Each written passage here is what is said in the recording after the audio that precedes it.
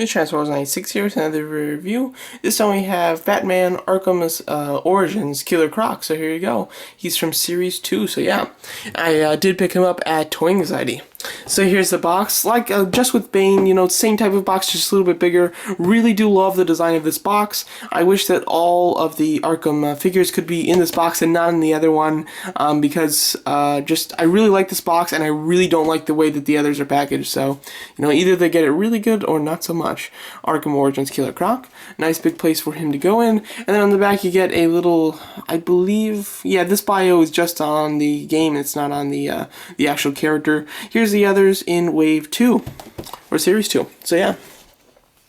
So here's Killer Croc. This figure I've been so excited to get, was an absolute must-have from the moment I saw him, and was incredibly impressed that he would be the same price as the other figures. And that is still something that I am just floored by, that they made this figure who is so much more than an average figure, and they still charge an average figure price, which is really quite impressive. As you can see, just going over like the face sculpt, it is quite great. You've got a lot of good detail here, of course. DC Direct is known for that. You can see the eyes there, they're like an orange on the outside, but towards the middle they're yellow, and then you got the little black pupil. Very nice. With the mouth, it's open a little bit in the front, and then it's kind of like slowly transforming into what we know him, with the big teeth and everything. Really kind of neat from Arkham City, I mean.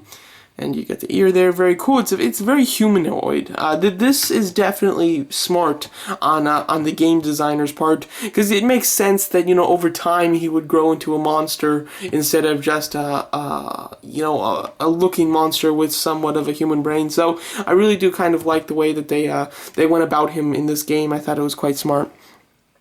I love how he's got like really dark green mixed with black, and then it slowly goes into more lighter green until you get a very pale cream green, which I think looks really good. It looks very nice.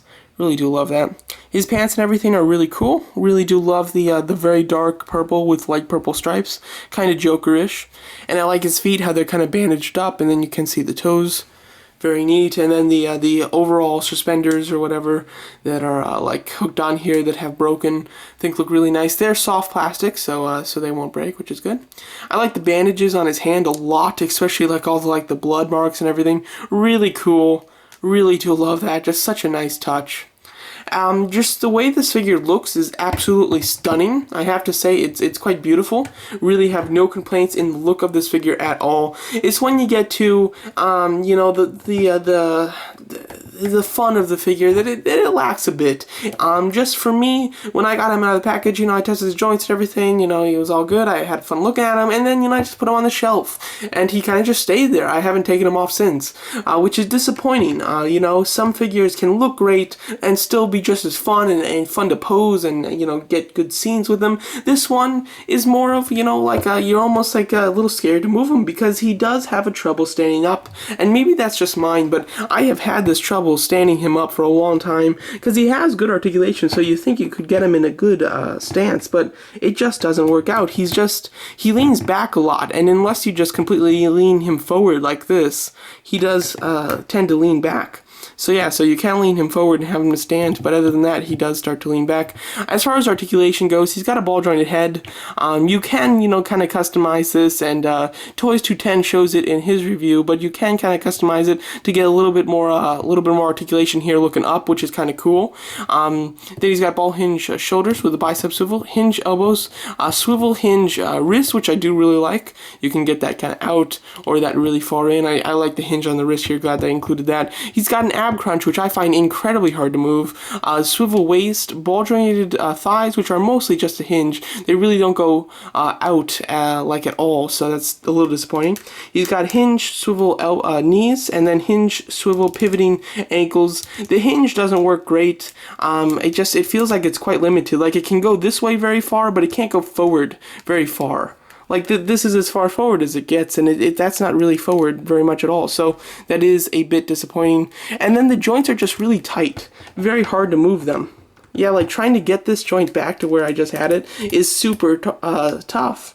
very disappointing in the joints here. Really have to say I'm not loving that. There you go. Finally, it just popped back into place. You do have to really, you know, try to manipulate these joints, and it does give you that fear of breaking it too. So that is quite disappointing. Overall, though, the look of the figure is fantastic. He's a great shelf piece, but if you're buying it, kind of buy it with the mindset of a shelf piece because he doesn't have that great of articulation. The articulation's pretty good, but I mean, it's hindered in some places, and the joints are really hard to move. And not to mention, if you have been collecting Arkham figures for a while here, and unless you're just an angel with them, I'm sure one or two of them has broken on you, and therefore you're a little bit hesitant about posing these figures, which is definitely disappointing. For me, my last Killer Croc, you know, I do have the Arkham City one. That one broke. The arm broke off. I was able to fix it with a screw, but I mean, it was definitely a big pain and everything. So I've really tried to be quite gentle with the figures so far that they've come out. Overall, a great look, and I'd highly recommend this figure just because it's such a good price, and for that, just having him as a shelf piece works out great because he looks so great. So unless you want to be able to pose him or you don't want to get him, then I wouldn't recommend this one too much because there's not a whole lot you can do with it. And there is always that fear of breaking because he does have somewhat of the same type of joints as the first Killer Croc as far as the shoulders go, and that's where the big problems were. So so overall though, a great looking figure. Fantastically sculpted, great painted, and pretty good articulated, but it is, of course, an Arkham figure, and therefore it is a bit fragile. So there you go. That's my very review of the Arkham Origins Killer Croc. A great figure, though. Really do love him. And thanks for watching. Really quick here, I forgot to give you a comparison. So here's the Killer Croc with Bane and Batman.